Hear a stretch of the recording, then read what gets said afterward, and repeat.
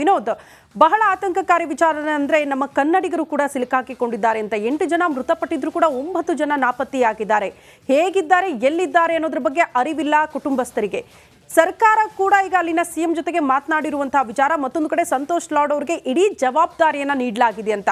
So ಸದ್ಯ ಕನ್ನಡಿಗರ ರಕ್ಷಣೆ ವಿಚಾರಕ್ಕೆ ಸಂಬಂಧಪಟ್ಟಂತೆ ಏನ್ ಬೆಳವಣಿಗೆಗಳನ್ನ ನಿರೀಕ್ಷೆ ಮಾಡಬಹುದು ಅಲ್ಲಿ?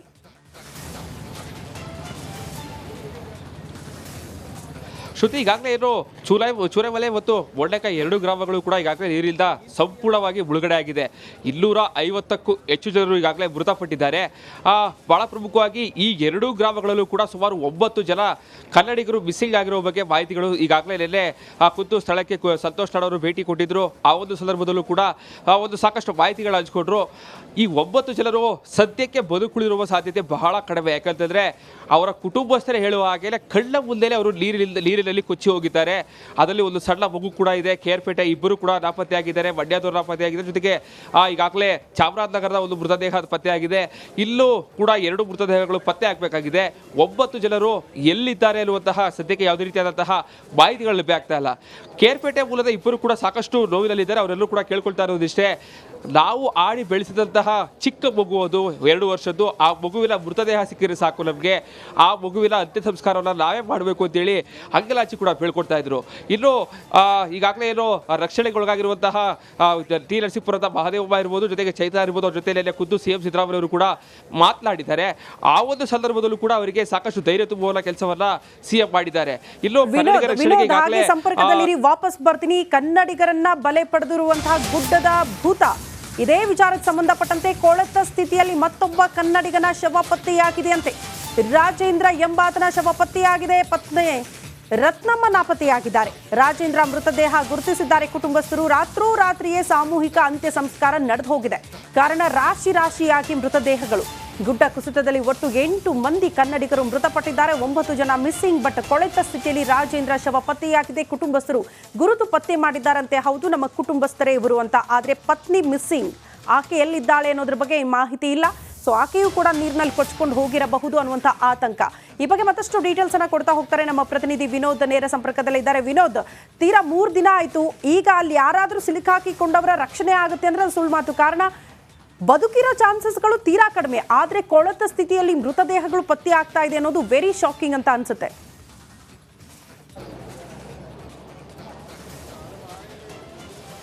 ಶ್ರುತಿ, ಈಗಾಗಲೇ ಏನು ಚಾಮರಾಜನಗರದ ರಾಜೇಂದ್ರ ಮತ್ತು ರತ್ನಮ್ಮ ದಂಪತಿಗಳಿದ್ದಾರೆ. ಅವರು ಕಳೆದ 40 ವರ್ಷಗಳಿಂದಲೂ ಕೂಡ ಅವರು ಚುರಮಲೆ ಗ್ರಾಮದಲ್ಲಿ ವಾಸವಾಗಿದ್ದರು. ಕಳೆದ 6 ತಿಂಗಳ ಹಿಂದೆ ಅಷ್ಟೇ ಅವರು ಹೊಸ ಮನೆಯನ್ನ ಖರೀದಿ ಮಾಡಿ ಗೃಹಪ್ರವೇಶ ಮಾಡಿದ್ರು. ಅವರ ಕಥೆಯೆಲ್ಲ ಕೇಳ್ತಾ ನಿಜಕ್ಕೂ ಕೂಡ ಸಾಕಷ್ಟು ನೋವಾಗುತ್ತೆ. ಯಾಕಂತಂದ್ರೆ ಬದುಕನ್ನ ಕಟ್ಕೊಡ್ಬೇಕು ಅಂತೇಳಿ ಹುಟ್ಟಿದ ಊರನ್ನ ಬಿಟ್ಟು ಅವರು ಪಕ್ಕದ ರಾಜ್ಯ ಕೇರಳಕ್ಕೆ ಬಂದು ದುಡಿಮೆಯನ್ನ ಮಾಡಿ ಒಂದು ಸ್ವಂತ ಮನೆಯನ್ನ ಕಟ್ಟಿರ್ತಾರೆ. ಆದರೆ ಆ ಮನೆ ಇಲ್ವಾ ಅನ್ನುವಂತಹ ಗುರುತು ಕೂಡ ಪತ್ತೆ ಆಗ್ತಾ ಇಲ್ಲ. ಅಷ್ಟರ ಮಟ್ಟಿಗೆ ಸಂಪೂರ್ಣವಾಗಿ ನೀರಿನಿಂದ ಕೊಚ್ಚೋಗಿರೋ ಕಾರಣಕ್ಕಾಗಿ ಈಗಾಗಲೇ ನಿನ್ನೆ ಕೂಡ ರಾತ್ರಿ ರಾಜೇಂದ್ರ ಅವರ ಮೃತದೇಹ ಪತ್ತೆಯಾಗಿದೆ. ಈಗಾಗಲೇ ಘಟನೆ ನಡೆದು 3 ದಿನ ಆಗಿರೋ ಕಾರಣಕ್ಕಾಗಿ ಅದನ್ನು ಕೂಡ ನೀರಿನಿಂದ ಕೊಚ್ಚೋಗಿರೋ ಕಾರಣಕ್ಕಾಗಿ ಸಹಜವಾಗಿ ಮೃತದೇಹ ಕೊಳೆತ ಸ್ಥಿತಿಯಲ್ಲೇ ಸಹ ಪತ್ತೆಯಾಗಿದೆ. ಅದನ್ನು ಪತ್ತೆ ಹಚ್ಚುವಂಥ ಕಾರ್ಯ ಕೂಡ ಈಗ ಭಾಳ ಒಂದು ಟಾಸ್ಕ್ ಆಗಿರುವಂಥದ್ದು. ಯಾಕಂದರೆ ಇಲ್ಲೂ ಕೂಡ ಸಾಕಷ್ಟು ಮೃತದೇಹಗಳು ಸಿಗಬೇಕಾಗಿದೆ. ತಹಸೀಲ್ದಾರ್ ಅವರು ಅಂದರೆ ಚಾಮರಾಜನಗರ ಗುಂಡ್ಲುಪೇಟೆ ತಹಸೀಲ್ದಾರ್ ಆಗಿರುವಂತಹ ರಮೇಶ್ ಬಾಬು ಅವರು ಕೂಡ ಈ ಒಂದು ಖುದ್ದು ಮಾಹಿತಿಯನ್ನು ಕೊಟ್ಟಿರುವಂಥದ್ದು. ಅವರ ಮೃತದೇಹ ಸಿಕ್ಕಿದೆ. ಜೊತೆಗೆ ಅವರೆಲ್ಲ ಚೂರೆಮಲೆ ಗ್ರಾಮದ ಇಲ್ಲಿ ಏನು ಸಾಮೂಹಿಕವಾಗಿ ಎಲ್ಲ ಏನು ಅಂತ್ಯ ಸಂಸ್ಕಾರ ಮಾಡ್ತಾ ಇದ್ದಾರೆ, ಅಲ್ಲೇ ಅವರ ಅಂತ್ಯ ಸಂಸ್ಕಾರವನ್ನು ಕೂಡ ನೆರವೇರಿಸಿದ್ದಾರೆ. ಇಲ್ಲೂ ಅವರ ಪತ್ನಿಯ ಮೃತದೇಹ ಸಿಗಬೇಕಾಗಿದೆ. ಅಂದರೆ ಈಗ ದೊಡ್ಡ ಚಾಲೆಂಜ್ ಇರುವಂಥದ್ದೇ ಈಗಾಗಲೇ ಘಟನೆ ಹಿಡಿದು 3 ದಿನ ಆಗಿರುವಂತಹ ಕಾರಣಕ್ಕಾಗಿ ಮೃತದೇಹಗಳು ಪತ್ತೆ ಆದರೂ ಕೂಡ ಅವರನ್ನು ಟ್ರೇಸ್ ಮಾಡುವಂಥದ್ದು ಅಷ್ಟು ಸುಲಭದ ಕೆಲಸ ಅಲ್ಲ. ಸೊ ಹೀಗಾಗಿ ಆ ಮೃತದೇಹಗಳನ್ನು ಪತ್ತೆ ಸಂದರ್ಭದಲ್ಲೂ ಕೂಡ ಕುಟುಂಬಸ್ಥರಿಗೆ ಒಂದು ದೊಡ್ಡ ಮಟ್ಟದ ಚಾಲೆಂಜ್ ಆಗಿರುತ್ತೆ. ಸೊ 3 ದಿನಗಳ ಹಿಂದೆ ಅವರು ಮೃತಪಟ್ಟರ ಕಾರಣಕ್ಕಾಗಿ ಅವೆಲ್ಲ ಮೃತದೇಹಗಳನ್ನು ಪತ್ತೆ ಯಾವ ರೀತಿ ಹಚ್ಚಬೇಕು, ಇದು ಕೂಡ ದೊಡ್ಡ ಮಟ್ಟದ ಟಾಸ್ಕ್ ಆಗಿರುವಂಥದ್ದು. ಈಗಾಗಲೇ ತಹಸೀಲ್ದಾರ್ ಇರ್ಬೋದು, ರಾಜ್ಯದಿಂದ ಬಂದಿರುವಂಥ ಅಧಿಕಾರಿಗಳಿರ್ಬೋದು, ಪ್ರತಿಯೊಬ್ಬರು ಕೂಡ ಸಾಕಷ್ಟು ರೀತಿಯಲ್ಲಿ ಆದಷ್ಟು ಬೇಗ ಮೃತದೇಹಗಳಿರ್ಬೋದು, ಜೊತೆಗೆ ರಕ್ಷಣಾ ಕೆಲಸಗಳನ್ನು ಕೂಡ ಸಾಕಷ್ಟು ಅಚ್ಚುಕಟ್ಟಾಗಿ ಮಾಡ್ತಾ ಇದ್ದಾರೆ. ನಿಜಕ್ಕೂ ಕೂಡ ಕೇರಳ ಸರ್ಕಾರ ಇರ್ಬೋದು, ಇಲ್ಲಿನ ರಕ್ಷಣಾ ಸಿಬ್ಬಂದಿಗಳಿರ್ಬೋದು, ನಿಜಕ್ಕೂ ಕೂಡ ಅವರಿಗೆ ನಿಜಕ್ಕೂ ಕೂಡ ಹ್ಯಾಟ್ಸ್ ಆಫ್ ಹೇಳಬೇಕು. ಯಾಕಂತಂದರೆ ಒಂದು ಕ್ಷಣ ಕೂಡ ಅವರು ವೇಸ್ಟ್ ಮಾಡ್ತಾ ಇಲ್ಲ.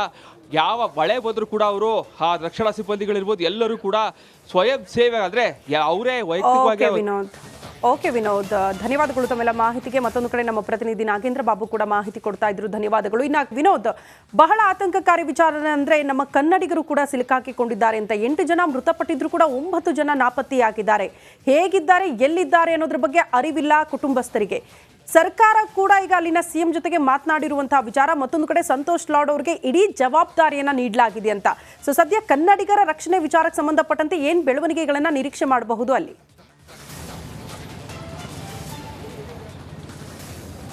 ಶ್ರುತಿ, ಈಗಾಗಲೇ ಏನು ಚೂರೆಮಲೆ ಮತ್ತು ಮೊಂಡೆಕಾಯಿ 2 ಗ್ರಾಮಗಳು ಕೂಡ ಈಗಾಗಲೇ ನೀರಿಲ್ದ ಸಂಪೂರ್ಣವಾಗಿ ಮುಳುಗಡೆ ಆಗಿದೆ.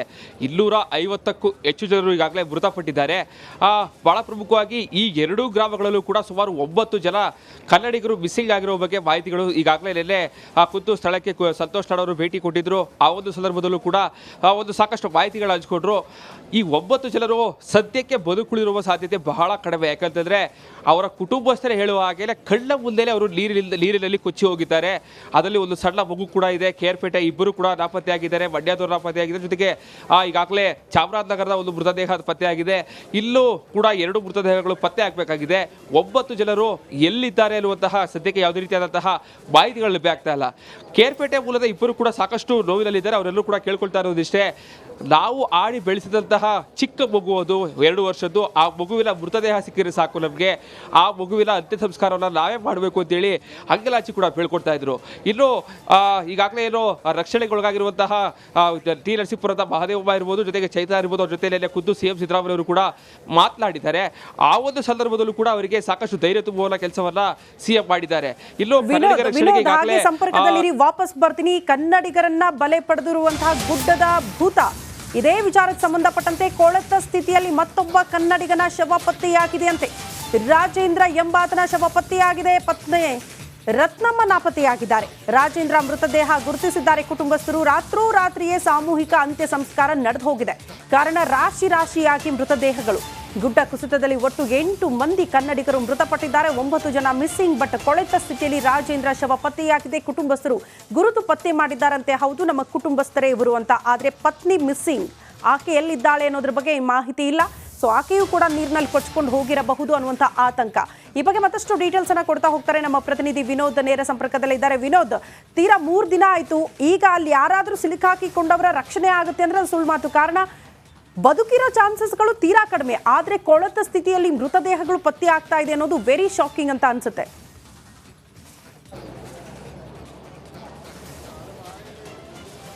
ಶ್ರುತಿ, ಈಗಾಗಲೇ ಏನು ಚಾಮರಾಜನಗರದ ರಾಜೇಂದ್ರ ಮತ್ತು ರತ್ನಮ್ಮ ದಂಪತಿಗಳಿದ್ದಾರೆ. ಅವರು ಕಳೆದ 40 ವರ್ಷಗಳಿಂದಲೂ ಕೂಡ ಅವರು ಚುರಮಲೆ ಗ್ರಾಮದಲ್ಲಿ ವಾಸವಾಗಿದ್ರು. ಕಳೆದ 6 ತಿಂಗಳ ಹಿಂದೆ ಅಷ್ಟೇ ಅವರು ಹೊಸ ಮನೆಯನ್ನ ಖರೀದಿ ಮಾಡಿ ಗೃಹಪ್ರವೇಶ ಮಾಡಿದ್ರು. ಅವರ ಕಥೆಯೆಲ್ಲ ಕೇಳ್ತಾ ನಿಜಕ್ಕೂ ಕೂಡ ಸಾಕಷ್ಟು ನೋವಾಗುತ್ತೆ. ಯಾಕಂತಂದ್ರೆ ಬದುಕನ್ನ ಕಟ್ಕೊಡ್ಬೇಕು ಅಂತೇಳಿ ಹುಟ್ಟಿದ ಊರನ್ನ ಬಿಟ್ಟು ಅವರು ಪಕ್ಕದ ರಾಜ್ಯ ಕೇರಳಕ್ಕೆ ಬಂದು ದುಡಿಮೆಯನ್ನ ಮಾಡಿ ಒಂದು ಸ್ವಂತ ಮನೆಯನ್ನ ಕಟ್ಟಿರ್ತಾರೆ. ಆದರೆ ಆ ಮನೆ ಇತ್ತ ಇಲ್ವಾ ಅನ್ನುವಂತಹ ಗುರುತು ಕೂಡ ಪತ್ತೆ ಆಗ್ತಾ ಇಲ್ಲ. ಅಷ್ಟರ ಮಟ್ಟಿಗೆ ಸಂಪೂರ್ಣವಾಗಿ ನೀರಿನಿಂದ ಕೊಚ್ಚೋಗಿರೋ ಕಾರಣಕ್ಕಾಗಿ ಈಗಾಗಲೇ ನಿನ್ನೆ ಕೂಡ ರಾತ್ರಿ ರಾಜೇಂದ್ರ ಅವರ ಮೃತದೇಹ ಪತ್ತೆಯಾಗಿದೆ. ಈಗಾಗಲೇ ಘಟನೆ ನಡೆದು 3 ದಿನ ಆಗಿರೋ ಕಾರಣಕ್ಕಾಗಿ ಅದನ್ನು ಕೂಡ ನೀರಿನಿಂದ ಕೊಚ್ಚೋಗಿರೋ ಕಾರಣಕ್ಕಾಗಿ ಸಹಜವಾಗಿ ಮೃತದೇಹ ಕೊಳೆತ ಸ್ಥಿತಿಯಲ್ಲೇ ಸಹ ಪತ್ತೆಯಾಗಿದೆ. ಅದನ್ನು ಪತ್ತೆ ಹಚ್ಚುವಂಥ ಕಾರ್ಯ ಕೂಡ ಈಗ ಭಾಳ ಒಂದು ಟಾಸ್ಕ್ ಆಗಿರುವಂಥದ್ದು. ಯಾಕಂದರೆ ಇಲ್ಲೂ ಕೂಡ ಸಾಕಷ್ಟು ಮೃತದೇಹಗಳು ಸಿಗಬೇಕಾಗಿದೆ. ತಹಸೀಲ್ದಾರ್ ಅವರು ಅಂದರೆ ಚಾಮರಾಜನಗರ ಗುಂಡ್ಲುಪೇಟೆ ತಹಸೀಲ್ದಾರ್ ಆಗಿರುವಂತಹ ರಮೇಶ್ ಬಾಬು ಅವರು ಕೂಡ ಈ ಒಂದು ಖುದ್ದು ಮಾಹಿತಿಯನ್ನು ಕೊಟ್ಟಿರುವಂಥದ್ದು. ಅವರ ಮೃತದೇಹ ಸಿಕ್ಕಿದೆ. ಜೊತೆಗೆ ಅವರೆಲ್ಲ ಚೂರೆಮಲೆ ಗ್ರಾಮದ ಇಲ್ಲಿ ಏನು ಸಾಮೂಹಿಕವಾಗಿ ಎಲ್ಲ ಏನು ಅಂತ್ಯ ಸಂಸ್ಕಾರ ಮಾಡ್ತಾ ಇದ್ದಾರೆ, ಅಲ್ಲೇ ಅವರ ಅಂತ್ಯ ಸಂಸ್ಕಾರವನ್ನು ಕೂಡ ನೆರವೇರಿಸಿದ್ದಾರೆ. ಇಲ್ಲೂ ಅವರ ಪತ್ನಿಯ ಮೃತದೇಹ ಸಿಗಬೇಕಾಗಿದೆ.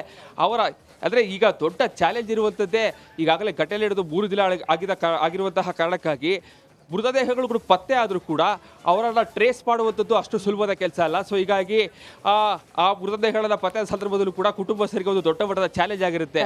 ಸೊ 3 ದಿನಗಳ ಹಿಂದೆ ಅವರು ಮೃತಪಟ್ಟರ ಕಾರಣಕ್ಕಾಗಿ ಅವೆಲ್ಲ ಮೃತದೇಹಗಳೆಲ್ಲ ಪತ್ತೆ ಯಾವ ರೀತಿ ಹಚ್ಚಬೇಕು, ಇದು ಕೂಡ ದೊಡ್ಡ ಮಟ್ಟದ ಟಾಸ್ಕ್ ಆಗಿರುವಂಥದ್ದು. ಈಗಾಗಲೇ ತಹಸೀಲ್ದಾರ್ ಇರ್ಬೋದು, ರಾಜ್ಯದಿಂದ ಬಂದಿರುವಂಥ ಅಧಿಕಾರಿಗಳಿರ್ಬೋದು, ಪ್ರತಿಯೊಬ್ಬರು ಕೂಡ ಸಾಕಷ್ಟು ರೀತಿಯಲ್ಲಿ ಆದಷ್ಟು ಬೇಗ ಮೃತದೇಹಗಳಿರ್ಬೋದು, ಜೊತೆಗೆ ರಕ್ಷಣಾ ಕೆಲಸಗಳನ್ನು ಕೂಡ ಸಾಕಷ್ಟು ಅಚ್ಚುಕಟ್ಟಾಗಿ ಮಾಡ್ತಾ ಇದ್ದಾರೆ. ನಿಜಕ್ಕೂ ಕೂಡ ಕೇರಳ ಸರ್ಕಾರ ಇರ್ಬೋದು, ಇಲ್ಲಿನ ರಕ್ಷಣಾ ಸಿಬ್ಬಂದಿಗಳಿರ್ಬೋದು, ನಿಜಕ್ಕೂ ಕೂಡ ಅವರಿಗೆ ನಿಜಕ್ಕೂ ಕೂಡ ಹ್ಯಾಟ್ಸ್ ಆಫ್ ಹೇಳಬೇಕು. ಯಾಕಂತಂದರೆ ಒಂದು ಕ್ಷಣ ಕೂಡ ಅವರು ವೇಸ್ಟ್ ಮಾಡ್ತಾ ಇಲ್ಲ. ಯಾವ ಮಳೆ ಬಂದರೂ ಕೂಡ ಅವರು ಆ ರಕ್ಷಣಾ ಸಿಬ್ಬಂದಿಗಳಿರ್ಬೋದು ಎಲ್ಲರೂ ಕೂಡ ಸ್ವಯಂ ಸೇವೆ ಅಂದರೆ ಅವರೇ ವೈಯಕ್ತಿಕವಾಗಿ. ಓಕೆ ವಿನೋದ್, ಧನ್ಯವಾದಗಳು ತಮ್ಮೆಲ್ಲ ಮಾಹಿತಿಗೆ. ಮತ್ತೊಂದು ಕಡೆ ನಮ್ಮ ಪ್ರತಿನಿಧಿ ನಾಗೇಂದ್ರ ಬಾಬು ಕೂಡ ಮಾಹಿತಿ ಕೊಡ್ತಾ ಇದ್ರು, ಧನ್ಯವಾದಗಳು. ಇನ್ನು